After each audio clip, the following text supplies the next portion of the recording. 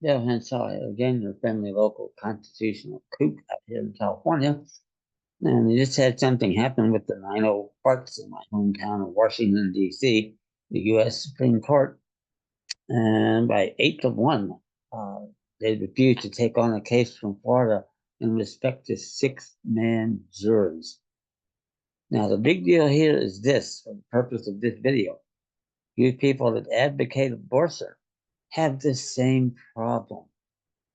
And that is, if you go up there, under the Sixth Amendment, the Fifth Amendment, the Second Amendment, whatever, the Bill of Rights, they do not apply to sovereign independent states.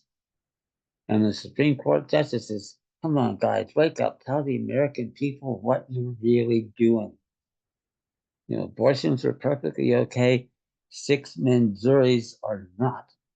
And I'm surprised in Florida they can't convict you by a count of 4-2 rather than the unanimous 12-man jury that you would get in a common law trial, which is exactly what you should have. But the big deal is this: when you go there, with either of these cases, especially with abortion rights, you go up there with the Ninth Amendment, or maybe Article 1, Section 10.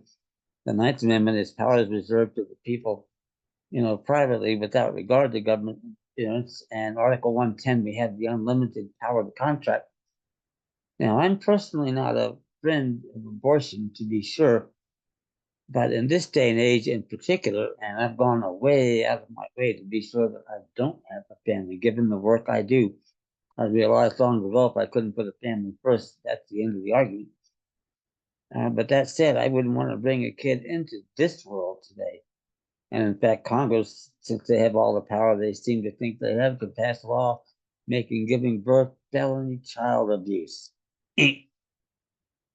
So with abortion, there's no courts, and it's not a matter for a quote unquote state either, even if we had sovereign independent states. We don't have them. So you're free to do what you want. If there is, a check and balance coming from you later on, it will be where you get wherever you're going and have to confront the ecclesiastical court of conscience. That's a whole different matter beyond the scope of anything we do here with respect to common law, constitutional law, you name it. And you'll have to deal with that. And it may not be bad. I don't know how the divine, God sees that.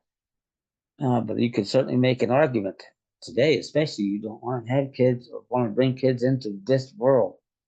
Nobody can blame you. And they can't force you to have them. And that's the other thing that goes along with it. But then again, what that squares with, by the way, think about this, because all the other crap they do, they don't recognize any creator endowed with alienable rights of any of us. The government just does what it damn well wants to do. And that needs to stop too. And maybe abortion is the quick way to get there. So send me an email, by the way, uwinnincourt@gmail.com. We'll have a lot to talk about, pro and con, on this subject. But as I suggested, I don't think it's a subject matter that any government, especially the de facto governments we have now. As we don't know, there's no sovereign independent states remaining, which were admitted into this union. For more information, send me an email, uwinnincourt@gmail.com. So none of these de facto governments has any business at all being in an area like that. And they probably can't do much of anything in any setting, because what don't we have? Consent of the governed. The magic 4 words, which sure as hell ain't due process of law. Ain't.